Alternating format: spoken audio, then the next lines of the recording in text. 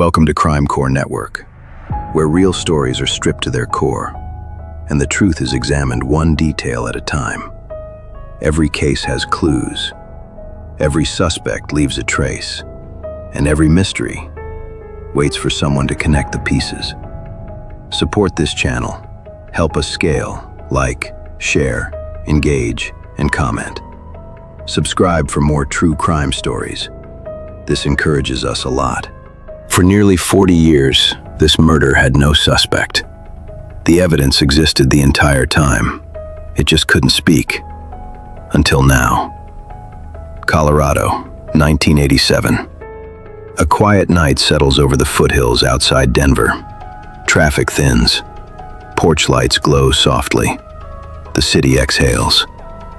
There are no alarms, no screams, no warning signs. Just a woman walking alone. By morning, her body will be discovered at the bottom of an embankment, hidden from view, partially concealed by terrain, waiting to be noticed. Her name is Rhonda Marie Fisher. She is 30 years old.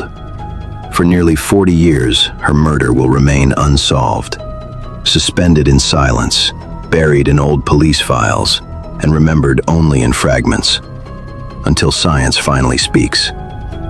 This is the story of a crime that waited decades for its voice. This is the murder of Rhonda Marie Fisher. When Rhonda Marie Fisher was killed, little was written about who she was. Like many victims of violent crime in the 1980s, her life was quickly overshadowed by the manner of her death. Newspaper coverage was brief. Police summaries were sparse. And as years passed, even those limited records began to fade. What we know comes in pieces. Rhonda was 30 years old. She lived in the Denver metropolitan area.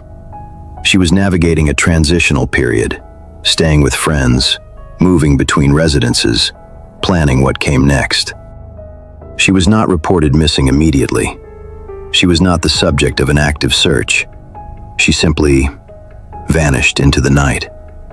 Her education, her work, her family ties, none of it became part of the public record in any meaningful way. But the absence of detail does not mean the absence of importance.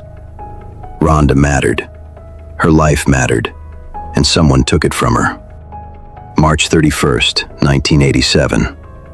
Rhonda is last seen walking north along Monaco Parkway, heading toward Leetsdale Drive, a corridor that, at the time, was neither isolated nor deserted. Streetlights line the road, cars pass intermittently, homes and businesses sit nearby. It is not the kind of place where people expect violence to erupt. Yet something happens along that route. Something unseen, something unrecorded. No witnesses come forward, no neighbors report disturbances, no emergency calls are placed. Rhonda simply disappears. April 1st, 1987. A passing motorist notices something unusual off the roadway in Douglas County, down an embankment that drops away from the visible shoulder. It's a body. Law enforcement arrives to a grim scene, one that immediately raises questions but offers few answers. The victim is identified as Rhonda Marie Fisher. She is deceased. There are no obvious signs of a struggle in the immediate area. No weapon is recovered. But there is one detail investigators note carefully: paper bags covering her hands. At the time, it is logged as an oddity, unusual but unexplained. In 1987, it will not unlock the case. Not yet. Detectives begin working the case with the tools available to them. Friends are questioned, associates are reviewed, possible sightings are traced backward. Investigators explore whether Rhonda knew her attacker, or if the crime was random. But the trail grows cold quickly. There are no eyewitnesses, no confirmed suspects, no usable forensic links. DNA evidence exists, but in 1987, it is still largely silent. Testing methods are limited. Databases do not exist. Profiles cannot be matched across cases. The evidence is preserved. The questions remain unanswered. Rhonda Fisher's case joins the growing ledger of unsolved homicides, not because it was ignored, but because it arrived before science was ready. While Rhonda's case slowly cools, another story unfolds in parallel. A man named Vincent Darrell Groves is moving through Colorado. Between 1978 and 1988, Groves targets vulnerable women, some strangers, some acquaintances. His crimes are predatory, opportunistic, and violent. In 1982, Groves is convicted of murder. Yet, despite the severity of his crimes, he is released on mandatory parole in 1987. The same year Rhonda Fisher is killed. At the time, there is no known connection between Groves and Rhonda.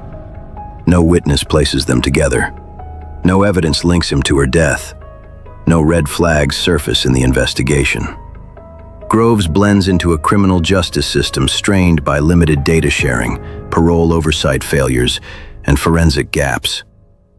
And so, Rhonda's case remains separate, a cold file among many. As years turn into decades, the murder of Rhonda Marie Fisher slips further from public attention. Investigators retire. Files are boxed and archived. New crimes demand new resources. Yet the evidence remains, stored, labeled, untouched by the breakthroughs still years away. In 1990, Vincent Groves is sentenced to life in prison for additional murders. He will die in custody in 1996.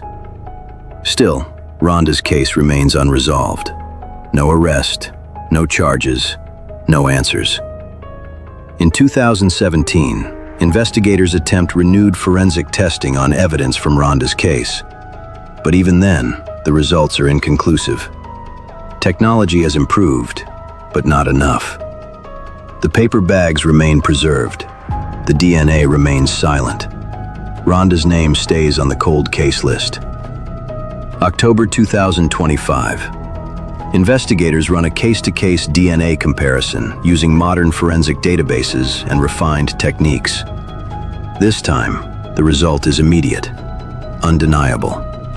DNA recovered from the paper bags covering Rhonda Fisher's hands matches evidence from 3 1979 homicides, crimes already attributed to Vincent Darrell Groves, the same man released on parole the year Rhonda was killed.